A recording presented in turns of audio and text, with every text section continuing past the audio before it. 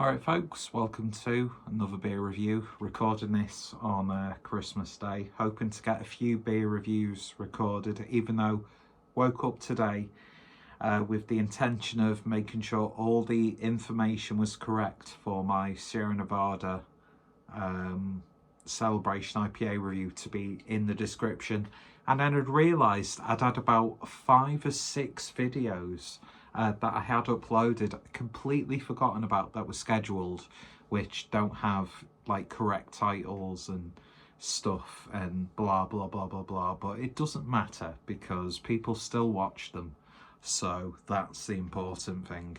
But yeah, so the next few beer reviews that I upload may become a little bit less cohesive, but it doesn't really matter. Anyway, so today we're having a look at Stone's. I made a weird noise with my mouth then. And this is the 28th anniversary Hazy Double IPA. A Hazy Double IPA, 28 years in the making, 8.5% ABV. Since we started brewing in 1996, that was a year after my brother was born, the craft beer world had expanded, and so have the expert growers of our precious beer ingredients. Our relationship with hop suppliers and farmers are a huge part of how we've been able to churn out excellent IPA after excellent IPA. West Coast wise, Stone, fantastic. We'll just put it out there. This beauty is brewed with a simple bill of Mosaic and Nelson Sauvin, but is carefully selecting the very best of these hop varieties. We concocted a intensely fruity, triumphantly tropical IPA for commemorating 28 years of Stone brewing. So when Stone started, I would have been 8 years old. So yeah, really glad to get hold of some authentic Stone brewing beers. Although I thought the Stone Berlin stuff was pretty okay, to be honest, until, yeah, Brewdog took over their premises in Stone Berlin and then completely destroyed it, which Brewdog tend to do with anything they touch. But yeah, so pick this up from House of Trembling Madness. Really nice looking can, and I don't think I've really had a hazy from Stone, but with it being imported, it should be pretty damn nice. Doing a weird thing with the tongue on the roof of my mouth, so if that picked up, I do apologise. Beer in the glass then. Yeah, it's golden, slightly amber, a little bit of haze. It's not like a juice bomb by any stretch. Just a lining of white frothy head. But yeah, it looks nice. It looks a little bit more opaque and dulled in terms of colour on the camera, or as I'm seeing it as I'm recording this video. But I'm seeing this as, it's still got that slight West Coast sort of look to it in terms of the hue on the beer. Looks very nice anyway. Let's see what we get on the nose. Oh man, that smells good. That smells really good. It's quite subtle. You get that slight drying grape musk character from Nelson, but there is still like a tangerine West Coast pininess to it. Yeah, it's got like a muskiness, which is really welcoming. But yeah, that smells really good. Let's see what it tastes like. To anyone who's watching this, thank you for putting up with this channel. It's been a shit show the last 18 months. It's clear that the effort and passion has gone in these beer reviews, but I am due to get a new laptop.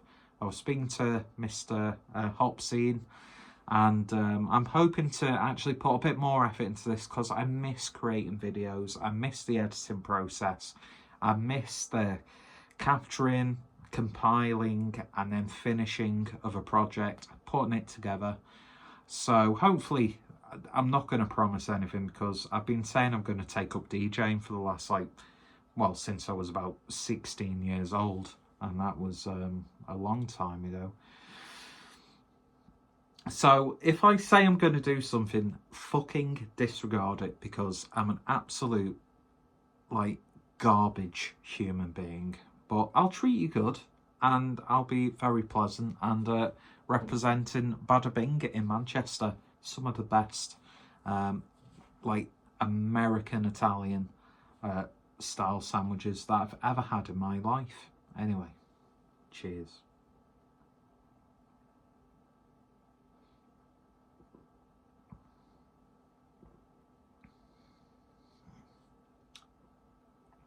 It's hazy, but it's not, like, in line with, like, these, although I love them, like juice bombs, like, it's luminescent in the glass, that sort of thing.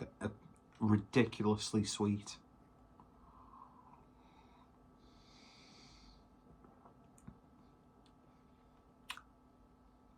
It's really earthy, this.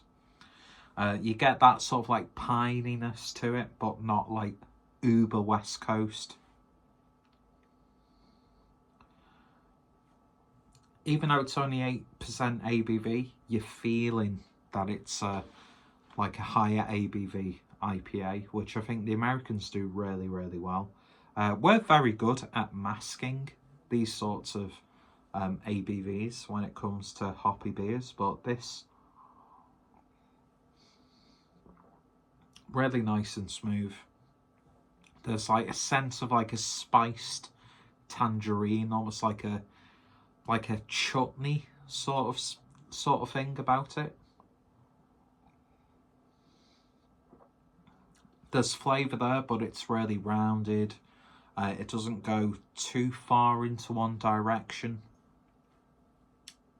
It's a very solidly brewed IPA, but at the same time, with the fact that it's described as a 28th anniversary Hazy Double IPA, there's a part of me that's longing for a bit of, like, abrasiveness in one sort of direction, but it does have that, like, classic, like, imported American, for the UK market, it's very specific angle that I'm approaching this beer on. But yeah, it's reminding me of something that I would have stumbled across on my craft beer journey, like, back in the mid-2000s. And I'm all for that. I'm all for recapturing when beers were exciting, because 99% of beers are tasty, but they don't excite me. It's like, it's very rare that I take a sip of a beer and I'm, like, blown away by it. But at the same time, I'm very, very thankful that, like, 90% of the beers that I consume have something about them. Do you know what I mean? It's like, yeah, it's a weird place to be in. But I'm always down for a bit of classic stone beers. I really miss having bottles imported into the UK. I mean, yeah, we all know that cans are the best way to maintain quality, flavour and freshness. But I don't half miss, like, even, like, a shelf turd being imported and we get something out of it. That's why I love my, like, imperial stouts and stuff to still be bottled, because, yeah, I don't know, there's just something about it. But yeah, I've had a few, because Stones in the past sort of, like, let's say 6 months, we've been getting some really interesting beers imported by Stone, and I'm all for it. Yeah, it just reminds me of the early stages of developing, like, this craft beer sort of palate, because because every time someone like buys me a Christmas present, 9 times out of 10, it's beer related. I've become that person, and it saves me buying the beers. Do you know what I mean? But yeah, it's really good.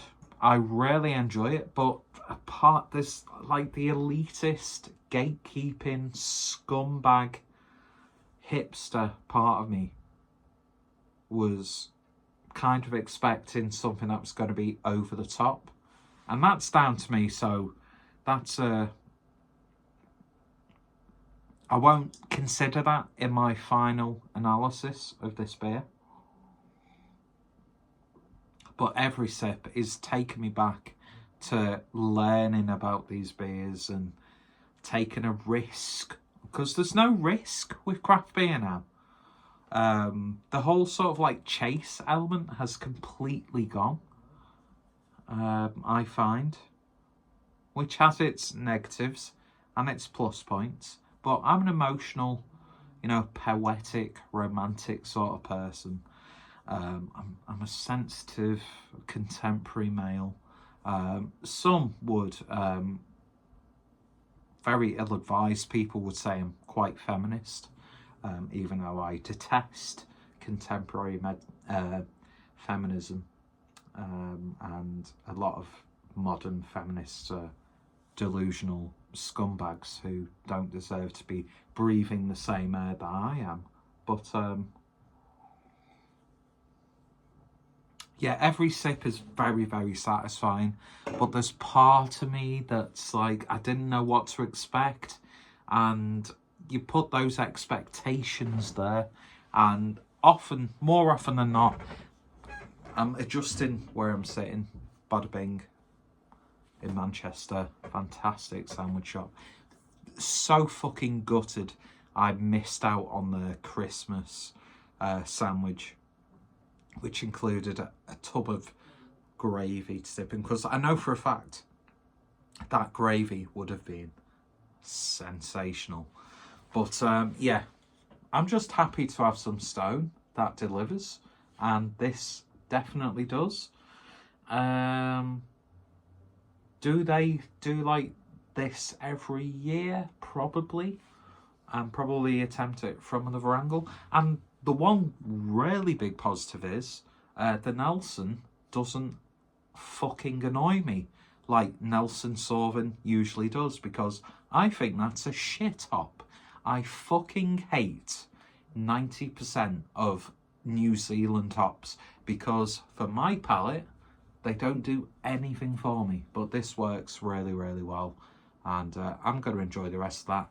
It's something that I can just take my time with, which I very much appreciate, especially over the festive period, when you can just like take a few sips in between cooking stuff. I like cooking. If I'm cooking, I like to have a beer. But yeah, it's not the best stone beer that I've had. I think, was it Ruin Nation or Ruin 10 that I had earlier this year, which was just chef's kiss. If you want your West Coast kick with what West Coast should be, then you need to look to breweries like this. That was fucking phenomenal, by the way. One of my best beers that I drank this year. But yeah, and you know what? I'm actually really happy that this wasn't just a lazy, like, hop-abused juice bomb, which 90% of the market is nowadays, even though I do tend to buy them a lot more. So I'm a hypocrite. I'm scum. I'm trash. But you knew that already, and I think that's why you like watching my videos. Anyway, but yeah, this is very, very nice. I got it for a good price on Trembling Madness. Very happy with the return. If I was making money from these beer reviews, I'd make the money back on this beer review. But yeah, I'm not one of these like bland cunts. Because let's be honest, 90% of the people who make money reviewing beers on YouTube are boring twats. And yeah, fuck you. eat my arse, please. It's been a long time. Anyway, go check out Stone. You know who they are. If you tried it, let me know your thoughts, opinions down below. And I will thrive off the fact that I am the counterculture to beer tube. So, fuck you. Eat my arse. Yeah, anyway, that's just an act. Bye.